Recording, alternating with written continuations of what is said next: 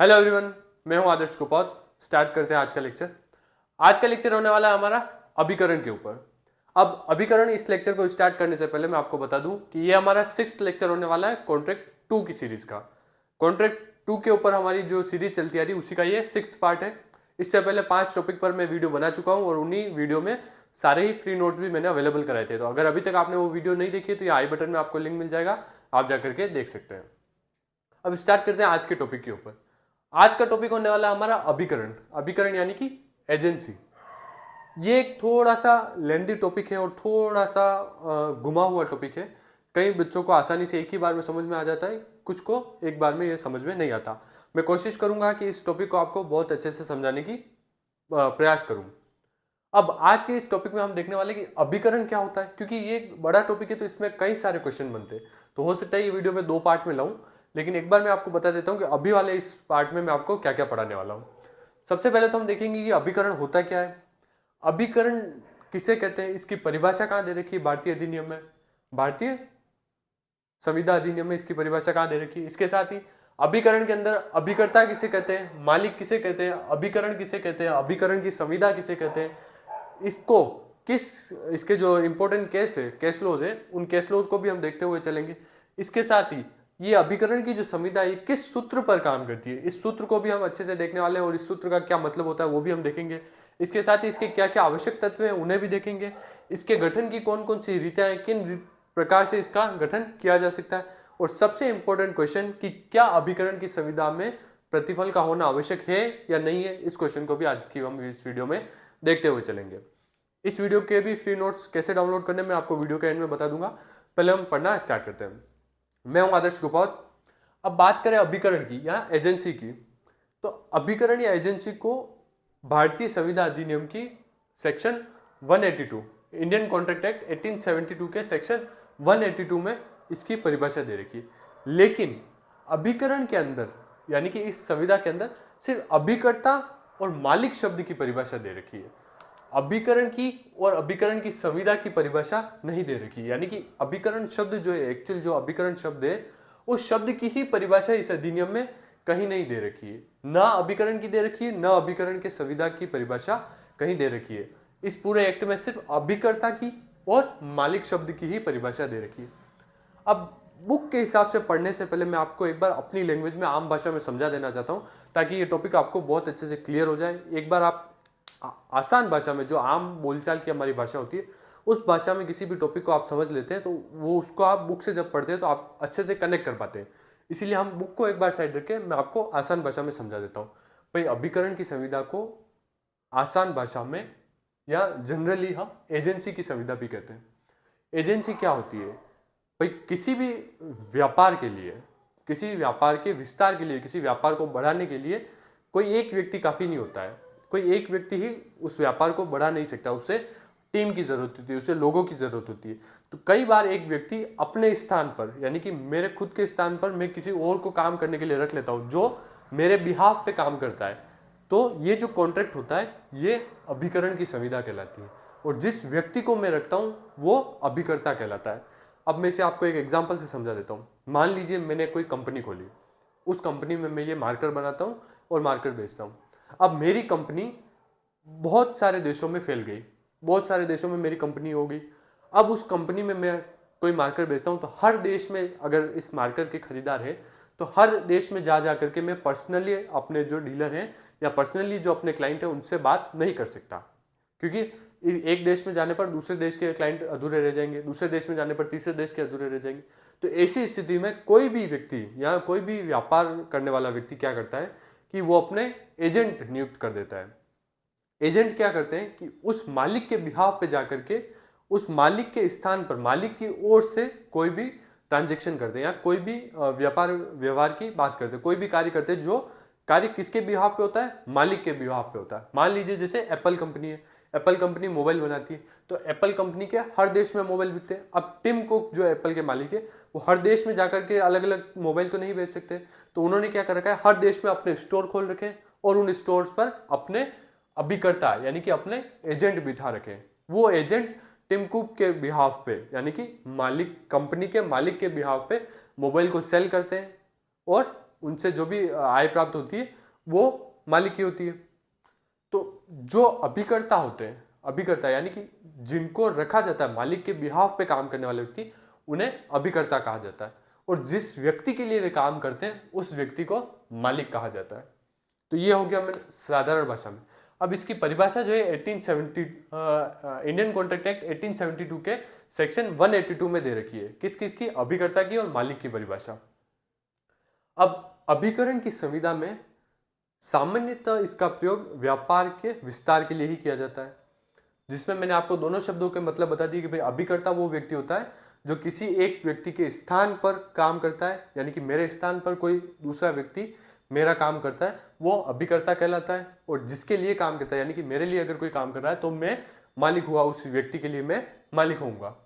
अब इसमें अभिकरण और अभिकरण की संविदा शब्द की परिभाषा नहीं दे रखी है। भारतीय संविदा अधिनियम जब आप डायरेक्ट देखेंगे तो उसमें मालिक की और अभिकर्ता की परिभाषा तो मिलेगी, लेकिन अभिकरण की या अभिकरण की संविदा की परिभाषा नहीं मिलेगी। तो क्या होता है कि जब किसी भी कानून में किसी शब्द की परिभाषा नहीं दी गई होती है तो उस शब्द की परिभाषा की तो हमें आवश्यकता है, उस शब्द को समझने की तो आवश्यकता होती है। तो ऐसी स्थिति में क्या किया जाता है कि जो न्यायिक निर्णय होते हैं उन न्यायिक निर्णयों को देखा जाता है। किसी भी न्यायिक निर्णय में अगर उस शब्द की परिभाषा दी गई होती है या किसी भी न्यायिक निर्णय से अगर उस शब्द से रिलेटेड कोई बात कही गई है तो उससे उस शब्द की परिभाषा को निकाला जाता है। तो जैसा कि अभिकरण की जो ये संविदा है, इस संविदा में भी अभिकरण या अभिकरण की संविदा की परिभाषा नहीं दी गई थी। तो एक केस था। केस क्या था? Mumbai agriculture produce market versus minister of marketing. इस केस में, ये मुंबई का एक केस है, इस केस में मुंबई हाई कोर्ट ने अभिकरण की संविदा की परिभाषा के बारे में बताया गया, यानी अभिकरण की संविदा की परिभाषा दी है। इस केस से अभिकरण की संविदा की परिभाषा निकलती है। वो संविदा मुंबई हाई कोर्ट ने क्या कहा उस बात को हम देख लेते हैं। मुंबई हाई कोर्ट ने कहा कि अभिकरण की संविदा का सृजन तब होता है जब किसी व्यक्ति को तीसरे व्यक्ति के साथ मालिक की ओर से समव्यवहार करने के लिए प्राधिकृत किया जाता है। यानी कि इसका सीधा मतलब वही हो गया जो मैंने आपको बताया था कि एक कोई व्यक्ति है, उस व्यक्ति को अपने मालिक की ओर से, यह ध्यान रखिए, मालिक की ओर से समव्यवहार करने के लिए प्राधिकृत किया जाता है। यानी कि किसी व्यक्ति को किसी अन्य व्यक्ति के स्थान पर उसके मालिक की ओर से कोई भी काम करने के लिए प्राधिकृत किया जाता है, वो व्यक्ति जो होता है वो अभिकर्ता कहलाता है। और ऐसी जो संविदा होती है उसे अभिकरण की संविदा कहते हैं। एक बार मैं आपको आसानी से एक बार और समझा देता हूं कि कोई भी व्यक्ति अगर मान लीजिए मैं आपको एक दूसरे एग्जांपल से समझाता हूं कि मान लीजिए मैं राजस्थान में रहता हूं और मुंबई में मेरे बहुत सारे फ्लैट हैं। अब उन सारे फ्लैट्स को मैं किराए पर चढ़ा देता हूं। अब मैं राजस्थान से मुंबई किराया लेने बार बार नहीं जा सकता, तो मैंने एक व्यक्ति मुंबई में नियुक्त कर दिया जो मेरे सारे ही फ्लैट से किराया वसूल करता है और लास्ट में ला करके मुझे दे देता है एक ही बार में। तो वो व्यक्ति जो हुआ वो मेरा अभिकर्ता हुआ और हम दोनों के बीच में जो संविदा हुई वो संविदा अभिकरण की संविदा कहलाएगी। यानी कि वो व्यक्ति मेरी ओर से, यानी कि मेरी इजाजत से, मेरी ओर से समव्यवहार करने के लिए मैंने प्राधिकृत किया है, तो ऐसी संविदा अभिकरण की संविदा कहलाती है। अब ये जो संविदा होती है ये एक सूत्र पर काम करती है। जो सूत्र क्या है? क्वी फेटिस पेर, एलियम फेटिस पेर से, इस सूत्र पर यह संविदा काम करती है। अब ये सूत्र आपको कुछ नहीं करना, आपको याद कर लेना, क्योंकि अभिकरण की संविदा एक इंपॉर्टेंट टॉपिक है। 6-7 वर्ड का एक सूत्र है। इस सूत्र को अगर आप याद कर लेते हो और एग्जाम में लिख करके आते हो तो एग्जामिनर पर बहुत अच्छा प्रभाव पड़ता है आपका ये सूत्र देख करके। और इस सूत्र का मतलब मैं आपको बता देता हूँ। इस सूत्र का मतलब होता है कि कोई भी व्यक्ति जो किसी अन्य व्यक्ति के माध्यम से कार्य करवाता है वह उसका स्वयं का किया हुआ कार्य माना जाता है। कोई भी व्यक्ति जो किसी अन्य व्यक्ति की ओर से, कोई अन्य व्यक्ति के माध्यम से कोई कार्य करवाता है तो वो कार्य उसका स्वयं का किया हुआ माना जाता है। जैसे कि मैंने किसी व्यक्ति को नियुक्त कर दिया और मैं उससे कोई काम करवाता हूँ। जैसे कि क्रिमिनल मामलों में भी ये होता है कि भाई मैंने किसी को पैसे दे दिए कि भाई इस व्यक्ति के हाथ पैर तोड़ दे, तो वो मेरी ओर से, मेरे कहने पर काम कर रहा है, तो उसने उस व्यक्ति के हाथ पैर तोड़ दिए, तो इसमें मैं निर्दोष नहीं होऊंगा। क्यों? क्योंकि उसने मेरी ओर कहने पर मेरी ओर से काम किया। तो न्यायालय यही मानता है कि मेरे कहने पर काम किया मतलब मैं भी उतना ही बराबर का दोषी हूं। यानी कि मेरे कहने पर उसने काम किया तो उसका जो काम था वो मेरा किया हुआ माना जाएगा। यानी कि कोई भी व्यक्ति जो किसी अन्य व्यक्ति के माध्यम से कोई कार्य करता है, उसने मेरे कहने पर काम किया तो वो जो उसने काम किया वो काम मेरा किया हुआ माना जाएगा। समझ में आया आपको? ये सूत्र बस इतना से ही कहता है कि भाई कोई भी व्यक्ति अगर कोई काम करता है और किसी और के कहने पे काम कर रहा है, इस संविदा के अंतर्गत, ध्यान रहे, इस संविदा के अंतर्गत किसी और के कहने पर काम कर रहा है, तो वो उसके मालिक का किया हुआ ही माना जाएगा। जैसे कि एप्पल वाले एग्जाम्पल में अगर कोई सेल्समैन फोन बेच रहा है तो वो एप्पल कंपनी का बेचा हुआ फोन ही माना जाएगा। मेरे केस में जो किराए लेने के लिए मैंने जिस व्यक्ति को नियुक्त किया था, उस केस में क्या होगा कि जो व्यक्ति किराया ले रहा है उसे मेरे कहने पर, यानी कि मुझे मान करके ही जो फ्लैट में रहने वाले लोग हैं वो उसे किराया देंगे, यानी कि मुझे मान करके कि मैं ही किराया वसूल करने आया हूँ, ऐसा मान करके उस व्यक्ति को किराया दे देंगे। अब ये तो हो गई अभिकरण की संविदा की बात। अब इसके आवश्यक तत्वों को हम पढ़ लेते हैं। आवश्यक तत्वों को पढ़ने से पहले मैं दो चीजें आपको बता दूं कि अभिकरण की संविदा के लिए ये आवश्यक नहीं है कि वो संविदा लिखित में हो, ऐसा आवश्यक नहीं है। अभिकरण की संविदा मौखिक रूप से भी हो सकती है, मौखिक या लिखित किसी भी प्रकार से अभिकरण की संविदा हो सकती है। इसके साथ ही अब इसके आवश्यक तत्वों को पढ़ लेते हैं। आवश्यक तत्व में है पहला कि मुख्यतः दो पक्षकार होते हैं, मुख्य रूप से दो पक्षकार होते हैं। कौन कौन से? अभिकर्ता और मालिक। इनकी परिभाषा कहाँ दे रखी है? भारतीय संविदा अधिनियम 1872 के सेक्शन 182 में अभिकर्ता और मालिक, इन दोनों शब्दों की परिभाषा दे रखी है। इन दोनों शब्दों को मैं आपको अच्छे से समझा चुका हूं। किसी व्यक्ति के स्थान पर अगर कोई व्यक्ति कार्य करता है, उसके संव्यवहार करने के लिए प्राधिकृत किया जाता है। मालिक की ओर से अगर कोई व्यक्ति प्राधिकृत किया जाता है तो वो अभिकर्ता कहलाता है, और जिसके लिए वो कार्य करता है वो व्यक्ति मालिक कहलाता है। इन दोनों शब्दों को मैं आपको समझा चुका हूं। इसके बाद सेकंड आवश्यक तत्व है कि अभिकर्ता मालिक की सहमति से प्राधिकृत होता है। जो अभिकर्ता होता है वो कार्य स्वयं नहीं करता, वो मालिक की सहमति से कार्य करता है। मालिक के कहने पर ही वो कार्य करता है, वो अपनी मर्जी से कोई कार्य नहीं करता। जिस काम को करने के लिए मालिक इजाजत देता है उसे, वही काम वो कर सकता है। तीसरा इंपॉर्टेंट पॉइंट है कि स्वयं वो उत्तरदायी नहीं होता, वो मालिक के कहने से कार्य करता है, तो जो भी कार्य वो करता है उसके लिए मालिक उत्तरदायी होता है। वो अभिकर्ता किसी भी प्रकार से उसमें उत्तरदायी नहीं होता है। मान लीजिए मेरा कोई अभिकर्ता है, उसे मैंने किसी काम के लिए भेजा, उसने कोई कार्य किया और उसमें कुछ फॉल्ट हो गया, तो उसके लिए उत्तरदायी मैं माना जाऊंगा, वो अभिकर्ता नहीं माना जाएगा, क्योंकि उसे उस कार्य को करने की इजाजत मैंने दी थी, मेरे स्थान पर वो कार्य कर रहा था। तो जो कि यह सूत्र भी कहता है कि भाई किसी अन्य व्यक्ति के माध्यम से कराया गया अगर कोई कार्य होता है तो वो उसका स्वयं का किया हुआ माना जाता है। तो इसी प्रकार से उसने अगर मैं काम में अगर कोई फॉल्ट रह गया तो उसका जिम्मेदार मैं माना जाऊंगा। अब फोर्थ पॉइंट की बात करें तो मालिक अन्य रूप से तीसरे व्यक्ति के प्रति उत्तरदायी होता है। यही सेम चीज कि मान लीजिए मैंने ये मार्कर बनाने की कंपनी खोली, मैंने ये मार्कर किसी को अपने अभिकर्ता के थ्रू किसी को बिकवाया और इस मार्कर में कोई प्रॉब्लम निकल गई, तो प्रॉब्लम निकल गई तो उसमें वो अभिकर्ता की कोई गलती नहीं होगी, गलती किसकी होगी? कंपनी की, यानी कि मेरी गलती होगी। अगर मैं उसके मार्कर खराब निकलने के लिए मैं प्रत्यक्ष रूप से उत्तरदायी माना जाऊंगा।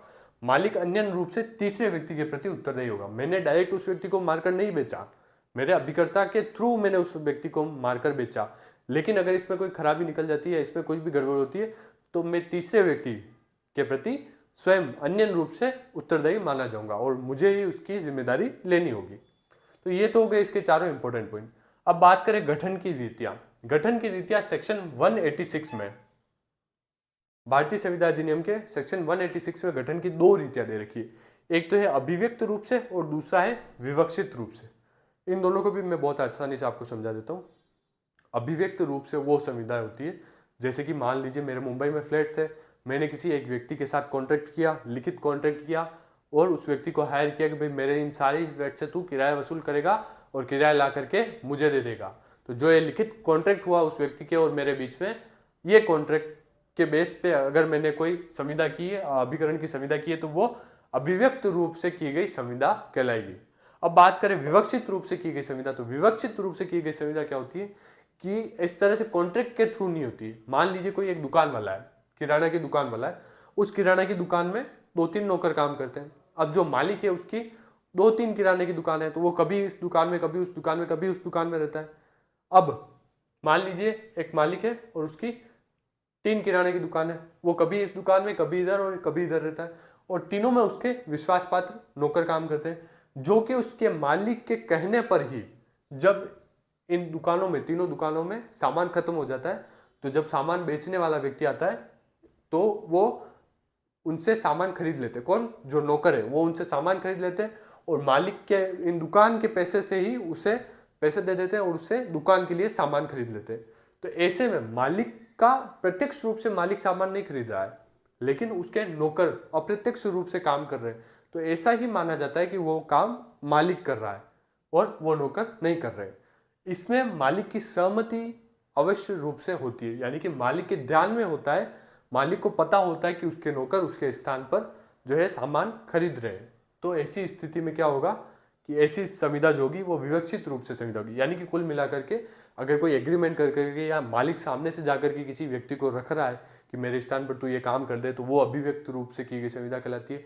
और जहाँ मालिक सामने से जाकर के किसी को रख नहीं रहा है, वो डेली के रूटीन के हिसाब से ही अगर ऐसा हो गया है, जैसे कि यहाँ पर हो गया था कि नौकर हमेशा सामान खरीद लेते थे, तो ऐसी स्थिति की संविदा जो होगी वो विवक्षित रूप से की गई संविदा कहलाएगी। अब सबसे इंपॉर्टेंट पॉइंट बचता है कि क्या अभिकरण की संविदा में प्रतिफल का होना आवश्यक है। तो अभिकरण की संविदा एकमात्र ऐसी संविदा है, जनरली अगर किसी भी वैध संविदा के लिए क्या आवश्यक है, प्रतिफल का होना वैध संविदा के लिए आवश्यक है। परंतु अभिकरण की संविदा इसका अपवाद है। अभिकरण की संविदा निःशुल्क भी हो सकती है, यानी कि बिना प्रतिफल के भी अभिकरण की संविदा हो सकती है और वो वैध संविदा मानी जाएगी। यानी कि अभिकर्ता जो होता है वो निःशुल्क रूप से भी काम कर सकता है, यानी कि मैंने जिस व्यक्ति को किराया कलेक्ट करने के लिए रखा था, हो सकता है मैं उसे पे करूं, अगर मैं उसे पे नहीं करना चाहता और वो पैसे नहीं लेना चाहता तो वो फ्री में भी मेरे लिए काम कर सकता है, और ऐसी सुविधा एक वैध अभिकरण की सुविधा कहलाएगी। अब इस वीडियो को जो मैंने आपको पढ़ा है ये थोड़ा सा टफ टॉपिक हो जाता है, कुछ स्टूडेंट को एक बार में समझ नहीं आता, उनके लिए मैं एक छोटा सा रिविजन कर देता हूँ कि भाई अभिकरण की संविदा की परिभाषा इस अधिनियम में नहीं दे रखी। इस अधिनियम में सिर्फ अभिकरण के अंदर जो अभिकर्ता होता है, यानी कि जो कार्य करने वाला और जो मालिक, इन दोनों शब्दों की ही परिभाषा दी गई है। अभिकरण की संविदा की परिभाषा इस अधिनियम में नहीं दी गई है। इन दोनों की परिभाषा इंडियन कॉन्ट्रैक्ट एक्ट 1872 के सेक्शन 182 में दे रखी है। Mumbai agricultural produce market versus minister of marketing, इस केस में अभिकरण की संविदा की परिभाषा दी गई थी। जो परिभाषा ये थी, ये इस सूत्र पर काम करता है, क्वाई फेसिट पेर एलियम फेसिट पेर से, इस सूत्र पर अभिकरण की संविदा काम करती है। इसके 4 आवश्यक तत्व है। पहला है कि 2 पक्षकार होंगे, दूसरा है कि मालिक की सहमति से ही अभिकर्ता जो है काम करता है, तीसरा है स्वयं अभिकर्ता कोई उत्तरदायी नहीं होता, मालिक ही उत्तरदायी होता है, और मालिक अन्य रूप से तीसरे व्यक्ति से संपर्क में होता है या अन्य व्यक्ति तीसरे व्यक्ति के प्रति उत्तरदायी होता है। गठन 2 प्रकार से होता है, अभिव्यक्त रूप से और विवक्षित रूप से, और प्रतिफल की इसमें आवश्यकता नहीं होती। ये एक अपवाद है, कॉन्ट्रैक्ट का एक अपवाद है। क्या? अभिकरण की संविदा, इसमें बिना प्रतिफल के भी यह संविदा संपन्न हो सकती है। अब इस वीडियो के सारे ही नोट्स आपको डिस्क्रिप्शन में अवेलेबल हो जाएंगे कल तक, तो आप वहां से डाउनलोड कर सकते हैं, जो कि फ्री ऑफ कॉस्ट होगा। अब आप नेक्स्ट किस टॉपिक पर वीडियो चाहते हैं वो मुझे कमेंट करके बताइए। आज का वीडियो आपको कैसा लगा ये भी मुझे बताइए। Thank you so much.